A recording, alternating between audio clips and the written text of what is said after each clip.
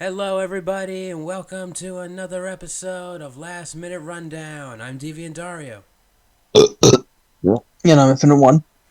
and tonight we're going to be talking about Red versus Blue. And Jesus Christ, I love this show. I still can't believe it's been 18 Seasons. seasons.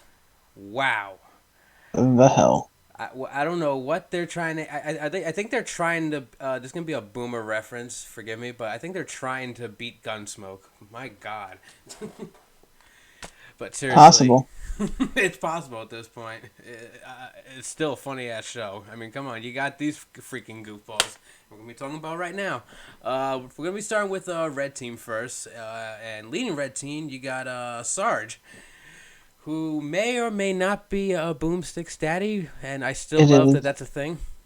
It is. I know. He Oh no! is. Watch them just make a thing and say it really isn't. Just watch them just make a I know. 180. Maybe stuck.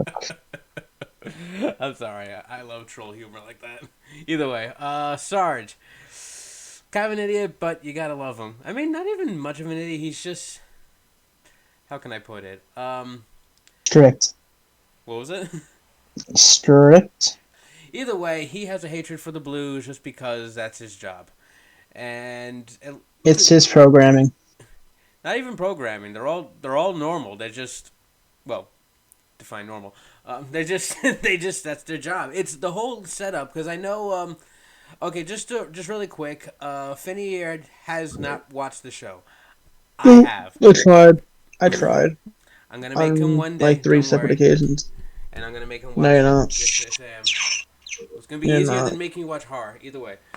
Um, so basically, the whole setup is if anyone's familiar with the Halo franchise, they kind of take from that clearly, but in the sense that humanity is in war with aliens, the Covenant, and they set up a program where they try to find certain soldiers that are capable, that are in depth to be in the proper Spartan program, but in their version, not the video game, in the web series version.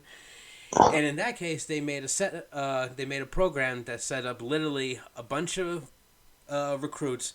They're given the Spartan armor, and they're just told, okay, you're blue and the enemy is red. Okay, you're red and the enemy is blue, and that is it. And majority of them are pretty too stupid to figure out what they're even doing, and that's why I love it. And they just figure out from there who's worth putting in the actual Spartan program or not. It's a little more Okay. in depth than that, but that's the gist of it. They were told to hate each other and to Oh, kill each other. exactly. Just like the actual players playing Halo. Think about it. True. Yeah. Sarge leading the Reds. Always got his handy shotgun ready, and will be his preferred weapon. He rather not use anything unless it's bigger, just because. All right. So Sarge gonna be leading his team with Simmons, Griff, Donut, and Lopez, the robot, who for some reason still cannot speak English because no one's able to figure out that part of the programming. Which is fine with me because it just makes everything more complicated. Simmons is mainly the tech of the group, hardest worker, and will literally be, how can I put it? He's an ass kisser, like the biggest ass kisser. Granted, he definitely can hold his own, but not but only because believe it or not, a lot of people forget this. He's kind of a robot, not a robot, a cyborg.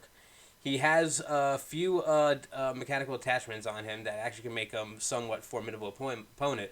But because he's such a nerd and such a not really, how can I put it, he flinches a lot. Like so in battle he could be good for the back, but at the front row he definitely will just pretty much, if you were lucky, he'll be able to hit something, but he's definitely not a reliable hitter. So I can definitely see him not maybe getting knocked out real early, assuming, because they'll probably have him drive most of the time. Well, between him and Donut, because Donut's gonna be a weirder one, because Donut, last time I checked, was just a medic, and but at the same time, you had to have watched the show. He was possessed by what was it? The AI at the time that was basically that was Texas AI that was basically making everyone go go nuts. This was one of the best episodes, and I'm gonna have you watch it one day. So, this guy makes too many dumb jokes, and especially at the worst time. Yo. As we welcome Jim to What the the fuck? episode. Oh shit! Hi guys. I What need are you to doing? I need to learn how to lock that. Lock what? What happened? We're recording. Oh shit. Hi everybody. Bye everybody. Will that happen?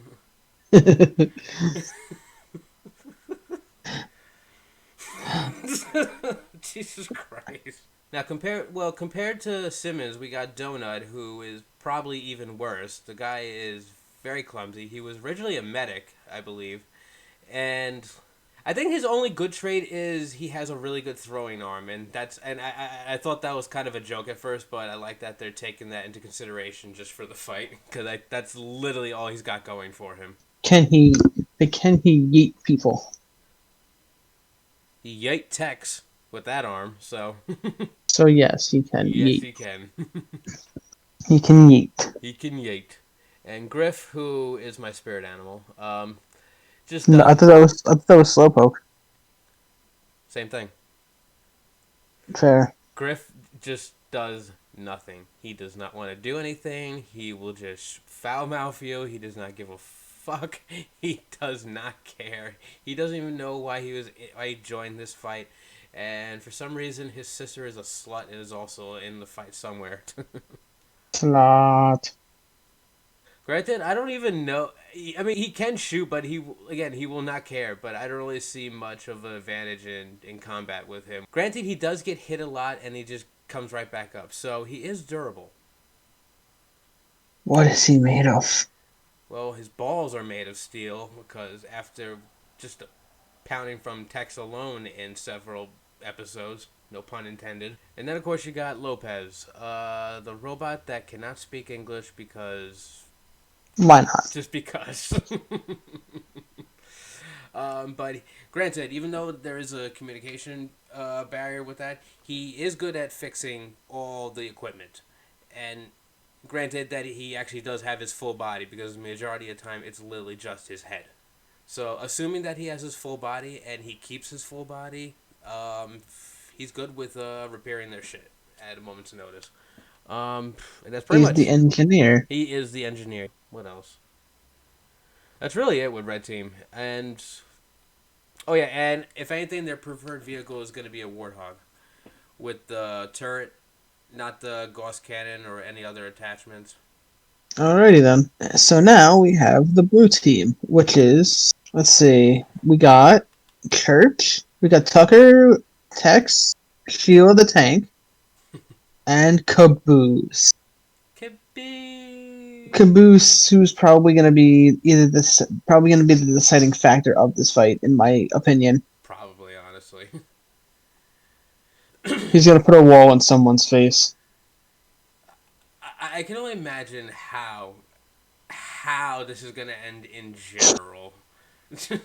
But you're probably right. It probably has something to do. You know what? I'm going to let you talk about the characters, and I'm going to bring up something about it later. Well, you were saying before, someone on the red team can change their armor in like 4 seconds. So that is true. I believe that was Simmons. Probably swap to the blue team's color and then take him out in that way. And just go all Team Fortress Spy on them. And the only one that would fall for that would be Caboose. I will admit that. Yes. He would be dumb enough. Maybe Tucker. Church. Apparently he sucks at everything he does. Apparently he can't do anything right. Yeah. Like, I really don't know. Like you said, I really don't know this entire show. I just know the people. I just know their names.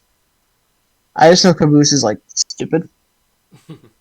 No, he's not stupid. He's complicated. He's just complicated. Okay, so stupid. I know Tex is like probably one of the more formidable fighters of the team. Tex is very complicated. But you are right. Tex is definitely can handle herself. She can handle herself, and she's great. But from what they said, she's always programmed to fail. She's got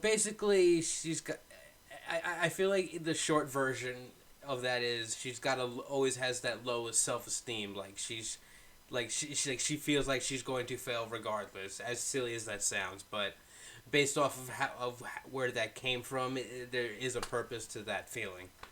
But it is probably going to be a factor. But granted, against who she's fighting, the only reason she even lost in the first place against Red Team was because of Dona, I believe, actually. It was a Dona or someone else. Yeah, someone threw that freaking Hail Mary of I need to watch it again. God, it's been so long. The Hail Mary of a freaking sticky bomb, and got her while she was in the tank. Jeez. Yeah, pissed off Blue Team real bad. You really need to watch this show. So what's Tucker's deal? He's like, what? He likes, was it Tucker's Rock? I'm watching the video as I go through. Oh yeah, Tucker's a ladies' man. He thinks he is. Not to mention with his catchphrase, "Bow chicka bow wow." I don't care what anyone says. That is his catchphrase. I don't care if it was by anyone else 100 years ago. That is his.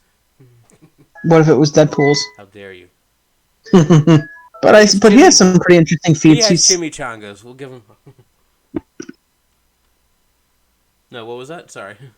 He stabbed the Meadow, right? Yeah. With the energy sword. So that's the thing with the sword. That thing is only programmed for him to touch it. No, if anyone else tries to use it, it automatically turns off. So it is only like DNA remoted to him. It's weird, but there's a reason to that if you watch the show. But it's short. Basically, he's the only one who's allowed to use it. There was like a whole prophecy or some crazy shit with it, and they didn't really think anything of it, and then it was like done. It's like, oh, okay, I got a free sword out of this. And he can use it. He actually is really good with it, surprisingly. Granted, that's literally his go-to weapon because everyone's so... He likes to think everyone is jealous that he's the only one who can use a sword. Later in the show, I know he had a lot more practice using against one of the... also the freelancers, but there was another duo of like mercenaries or whatever. It was like one of the more more recent seasons. I can't remember the names already. Shoot. But I know he basically had a feud with one of them who was really getting on his nerves, and he really stepped up when he had with the one-on-one with him towards the end of the series at the time. But Tucker could definitely hold his own in a fight. He'll make his fair dumbass jokes. He's basically the Quagmire, but not too over the top. Look it up. He's also very long-sighted, being able to see Donut from Blue Base without the aid of a sniper rifle, a skill he was forced to master due to never... That's right, he was never allowed to use it, for some reason. He was never allowed to give him the sniper rifle, so because of that, he had to figure out how to look far away on his own. So technically, he has good vision, because he was forced to not use a sniper rifle. Because the church is death. Yeah. He had to take over because of his death. Mm-hmm. So, there's that. And then we got the lovely Caboose. The lovable idiot. He's the best. I don't care what anyone says. Yeah, he kind of is. From what I know. Just from that one clip that you showed me. So, combat-wise, he can hold his own if he's... Here's the thing. The only one he could really listen to, let alone even understand, if that even makes sense, is Church. Because trying to talk to the others is like la-di-di-di-ba-da-blah. It's not going to work with him. But he loves his friend Church. Like, he can't do anything without him. So as long as Church is there to kind of like guide him and where to do, where to go, he can be used right. And it has been proven in one of the later episodes in the series when they were basically trapped in a corner against an army of Tex robots. You really need to watch this show. But yeah, he basically was able to take out a good 10 plus of them on his own before they're able to get back together and take on the rest of them. Interesting. Yeah. So he can fight. He can fight. He can fight, but he needs help. Yeah. He can't do it on his own. Like I said, church has to be there to kind of like guide him. It's like he knows how to set him off, and he's kind of like, okay, aim him right here, and blah blah blah, go caboose. Who's a good It's an caboose? interesting relationship, but Who's a good boy? That's basically it. and to be fair, Caboose really does care, and I feel like he will do something.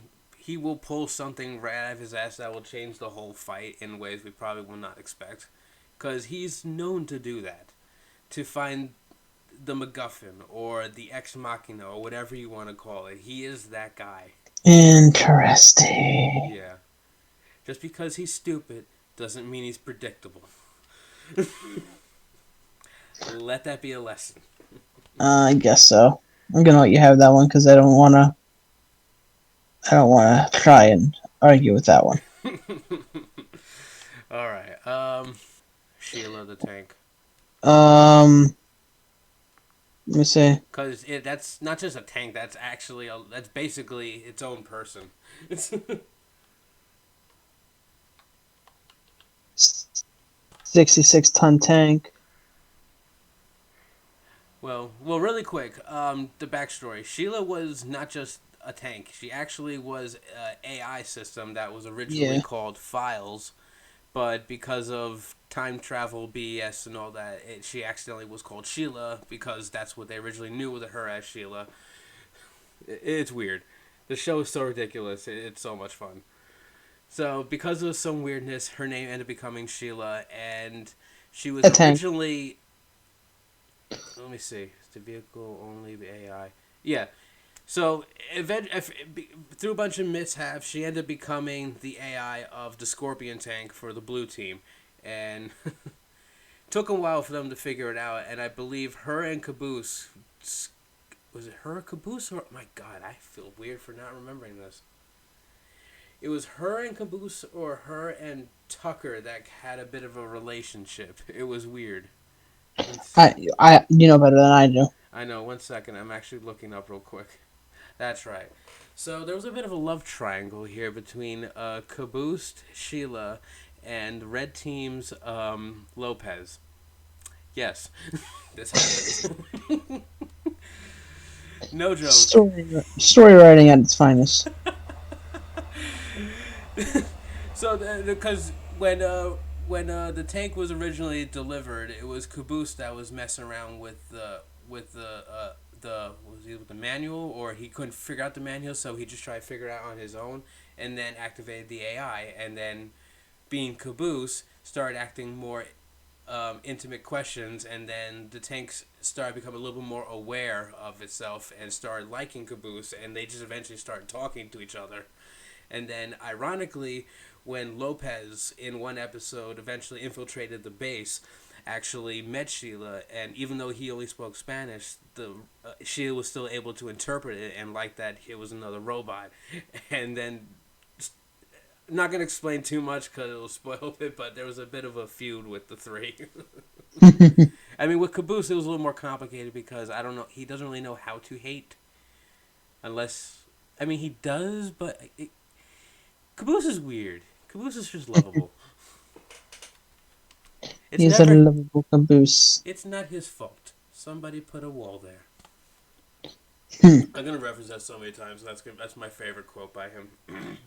With that being said, Sheila is basically the typical type of Halo tank. When she is destroyed, it can just upload her AI carefully onto, I guess, any other vehicle, because she's transferred from tank to Pelican to I believe a base and something else. But just my point being, she if anything, they could probably upload her onto the Warthog and control it that way.